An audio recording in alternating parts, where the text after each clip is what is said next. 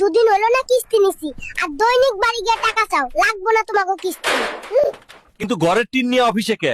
দৈনিক বাড়ি গিয়া ঘরের টিন খোলার হুমকি দাও, তাই নিজেই টিন খুলে দিয়ে গেলাম, আর টাকা চাইতে যাইবা না। দাদি, আমারে আজকে আইফোন কিনে দিতেই হইব। বলিস কি? এত টাকা আমি পামু কই?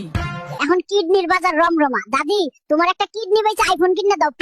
হতচ্ছাড়া, কি কইলি তুই? দাঁড়া, তোর একদিন কি আমার যে কদিন লাগে? এই মেশিন, তাড়াতাড়ি টাকা বের কর, নইলে ডান্ডা মেরে ঠান্ডা করে দেব।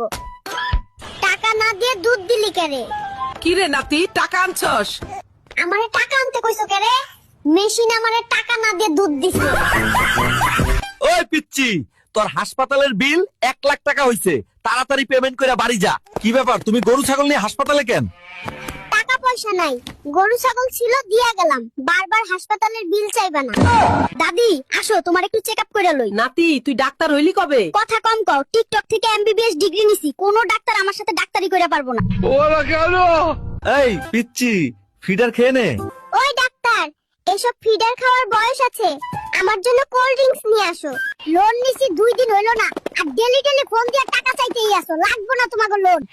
কিন্তু গরু ছাগল নিয়ে ব্যাংকে আইছো কে?